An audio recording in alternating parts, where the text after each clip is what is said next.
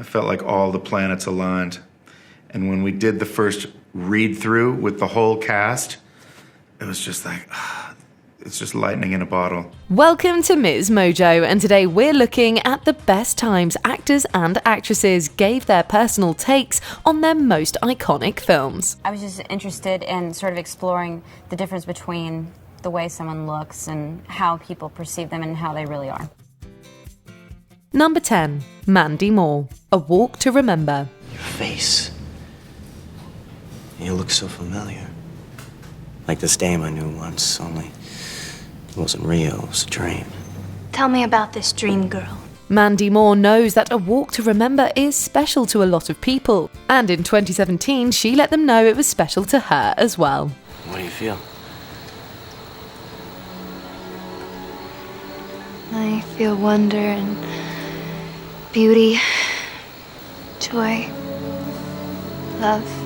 In an Entertainment Weekly retrospective for the film's 15th anniversary, the actress and co-star Shane West happily recounted their favourite scenes, audition experiences, and the cast's on-set camaraderie. The scene that still stuck out to Moore the most was, of course, Jamie singing Only Hope at the school play. The musical moment led to the two protagonists' first kiss on screen and off-screen, while allowing Moore to dress up in something a little more flashy than Jamie's typical wardrobe. At the top of my lungs, I'm giving it my. Number 9. Elliot Page, Whip It. Although LGBTQ+ representation has gotten better in recent years, it's still imperfect. I can't believe you used to share a bed with her. To make it sound very dirty, it was just sleepovers.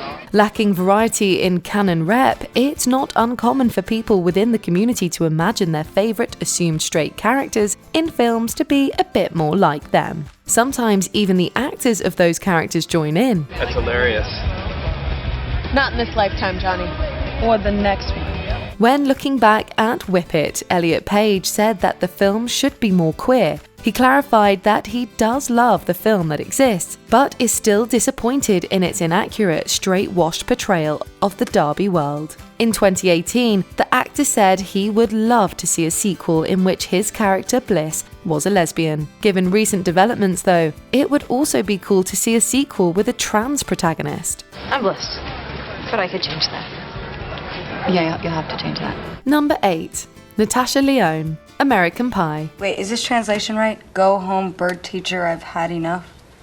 I don't know. I got it from Kevin. Fans who primarily know Natasha Lyonne for shows like Orange is the New Black or Poker Face may be surprised to learn that she also had a role in American Pie. The raunchy comedy doesn't really fit in with the rest of her filmography, and there's a reason for that. Tell her you love her. That's how I was duped. Look, Jessica, I don't want to dupe her. All right. In 2019, the actress admitted that she primarily took the role for the money, saying that the film portrayed a certain fratty high school experience that she did not identify with at all. She even turned down the role a couple of times before finally giving in. I was a teenager who understood, but I'm a cheerleader in Slums of Beverly Hills. I had no context for high school experience. I was a weirdo. I didn't know why they wanted me there. Co-star Shannon Elizabeth told Page Six that although she had a more positive experience with the film, she worries it wouldn't fly in a post-#MeToo society. Number 7. Harrison Ford, Blade Runner. I'd quit because I'd had a belly full of killing. But then I'd rather be a killer than a victim. Blade Runner is generally well liked by critics and audiences alike. Holding 2 fresh Rotten Tomato scores, it even scored 2 Oscar nominations for its outstanding visual effects and production design. Ironically, its star could not be less impressed. It was quit when I come in here, Brian. I'm twice as quit now. Harrison Ford criticized his role in the film as being a detective without any detecting to do, and openly expressed his distaste for the theatrical release's liberal use of voiceover. Nonetheless, Ford would go on to star in the film's sequel, Blade Runner 2049. years later. He was a lot kinder to the original film in the press tour for its successor, but it's difficult to tell if this was due to a genuine change of heart or a need to sell a new movie. It certainly is more fun for the audience to not know the answers to things before they go in. And it's a matter of opinion in any case, so everybody gets to make their own choice. Number 6. Ryan Reynolds, Green Lantern. The ring chose you. It wouldn't have done so if it hadn't seen something in you. Oh, yeah? Something you yourself don't yet see. The ring never makes a mistake. This time it did. Most of the time when celebrities discuss their past roles, it's for retrospective interviews or anniversaries. In contrast, Ryan Reynolds makes his feelings about Green Lantern known every chance he gets. And those feelings aren't exactly positive. While promoting Free Guy, the actor riffed with Taika Waititi about never meeting before, prompting co-star Joe Keery to bring up the 2011 flop and call their bluff. Seth Rogen, Green Hornet. That's it. Yeah. That's where you're getting confused. He's amazing in that. But neither of us are Seth Rogen. No, You did Green Lantern, It was right? definitely Green Lantern. Right? His hatred for his past work also inspired an end credit scene in Deadpool 2, in which the titular hero kills Reynolds before he could star in his earlier superhero vehicle. Ironically, Green Lantern may be more well known now because of Reynolds' very public distaste for it. He should have let it fade into obscurity alongside Blade Trinity. The fat lady should be singing right about now.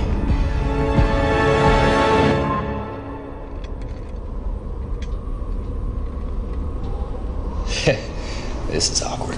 Number 5. John Boyega, the Star Wars sequel trilogy. You should know, I'm a big deal in the Resistance, which puts a real target on my back. The Force Awakens set Finn up to be one of the decades-old Star Wars franchise's most interesting characters. His former position as a stormtrooper gave him unique insight into the First Order and created an interesting dynamic with Rey, Poe, and the original trilogy's returning characters. Unfortunately, each new installment ended up shafting the character more and more. John Boyega asserts that this move was racially motivated, and it's not hard to see why. For me, those because some characters get stories, some characters get tying up loose ends. I mean, we know the difference. I mean, we can feel it on set. It's like, yeah, we don't need you no more. Bye. Oh, we're not in this?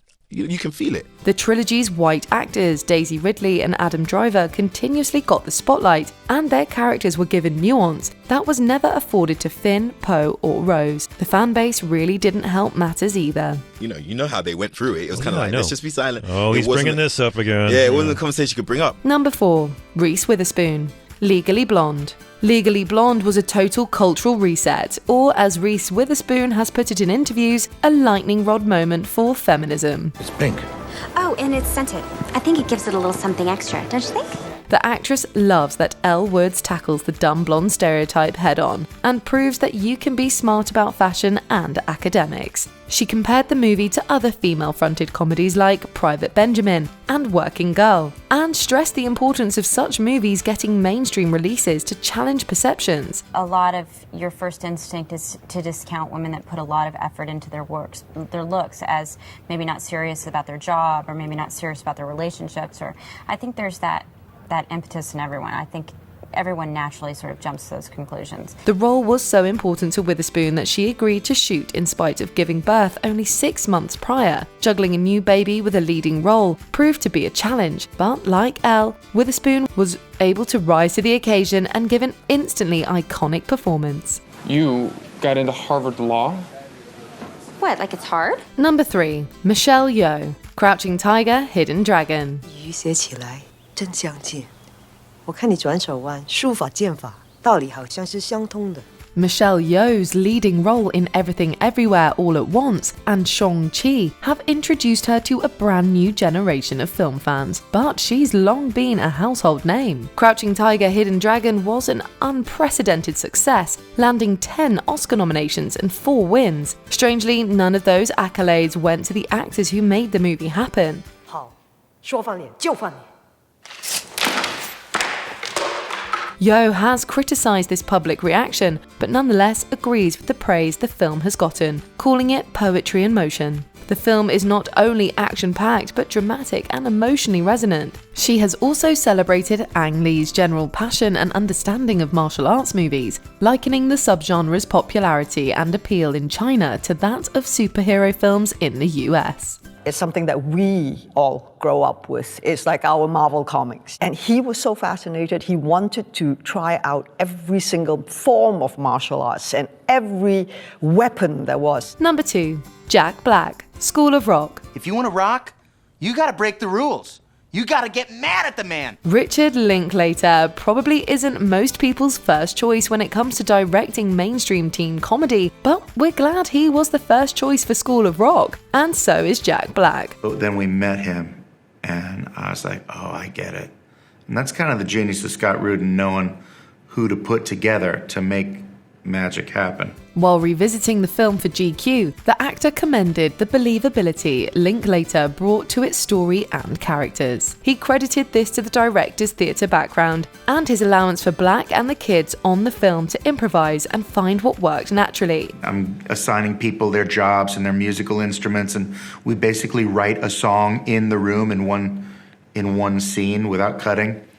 That was all workshopped through rehearsal, and added into the script. It all came together in the end to create something magic and remains the work that Jack Black is the most proud of today. That's the only time I've felt that I was meant to do something. And now the rest is all just gravy and icing. I can die happy.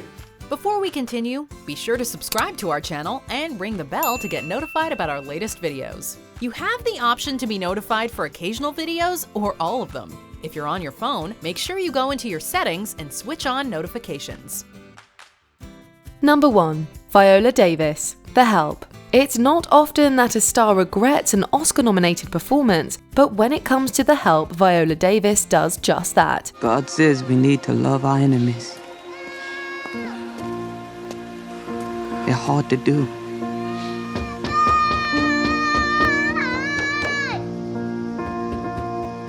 But it can start by telling the truth. Although the 1960s set drama is still praised today, maintaining a fresh rating on Rotten Tomatoes, some have begun to question the film's representation of its Black protagonists. Davis is one of these critics, saying that it wasn't the voices of the maids that were heard in the movie's script. Do you have other maids that are interested?